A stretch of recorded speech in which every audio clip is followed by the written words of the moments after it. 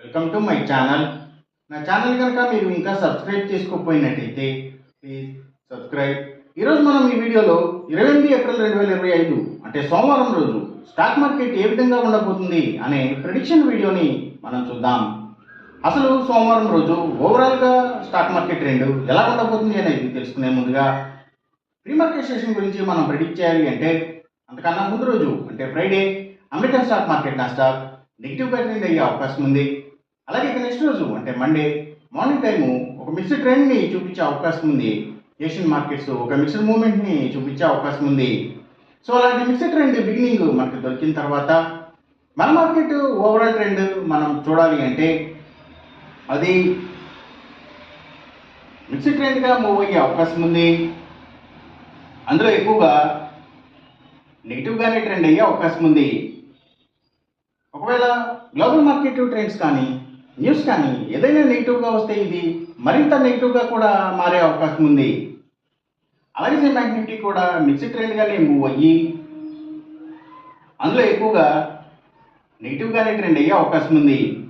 Same bank Nifty కూడా అలాగే global market trends కానీ న్యూస్ కానీ ఏదైనా నెగిటివ్గా వస్తే ఇది మరింత నెగిటివ్గా కూడా మారే అవకాశం ఉంది.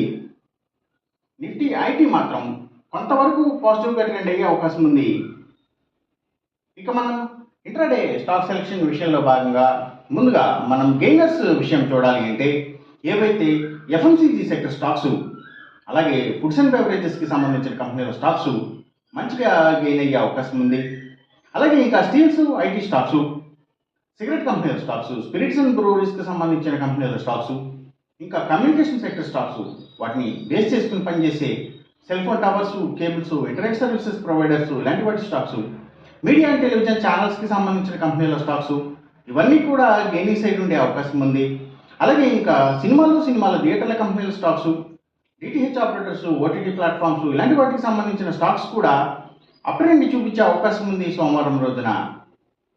ఇక మనం ఇంట్రాడే లూజర్స్ విషయం చూడాలి అంటే ఏవైతే గవర్నమెంట్ బ్యాంక్స్ అండ్ ఫైనాన్షియల్స్ అంటే పిఎస్యూ బ్యాంక్స్, గవర్నమెంట్ ఫైనాన్షియల్స్, అలాగే ఎడ్యుకేషనల్ సర్వీసెస్కి సంబంధించిన కంపెనీల స్టాక్స్, బుక్ పబ్లిషర్స్ స్టాక్స్, సర్వీసెస్కి సంబంధించిన అన్ని courier services, food deliveries, pharma deliveries ఇలాంటి వాటి అన్ని స్టాక్స్, ఫుట్వేర్కి సంబంధించిన కంపెనీల స్టాక్స్, అలాగే హాస్పిటల్స్ స్టాక్స్ ముఖ్యంగా ఇవన్నీ కూడా ఎక్కువగా నెగిటివ్గా ట్రెండ్ అయ్యే అవకాశం ఉంది. అలాగే ఇంకా పబ్లిక్ లిమిటెడ్ కంపెనీల స్టాక్స్ చాలా వరకు కూడా నెగిటివ్గా ట్రెండ్ అయ్యే అవకాశం ఉంది. ఇంకా అగ్రికల్చర్కి రిలేటెడ్గా ఉండే అన్ని కంపెనీల స్టాక్స్ కూడా అంటే అవి సీడ్స్ కంపెనీల stocks, fertilizers and chemicals, tractors కంపెనీల స్టాక్స్ ఇలాంటివన్నీ కూడా నెగిటివ్గా ట్రెండ్ అయ్యే అవకాశం ఉంది.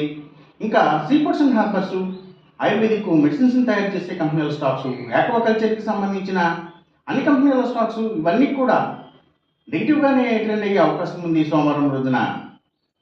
ఇక మనం ఎంసీఎక్స్ ట్రేడింగ్ విషయం చూడాలి అంటే ఏవైతే గోల్డ్ ప్రైసెస్, అలాగే సిల్వర్ ప్రైసెస్, ఇంకా crude oil and natural gases prices so ఇవన్నీ కూడా తగ్గే అవకాశం ఉంది. కాపర్ ప్రైసెస్ మాత్రం పెరిగే అవకాశం ఉంది.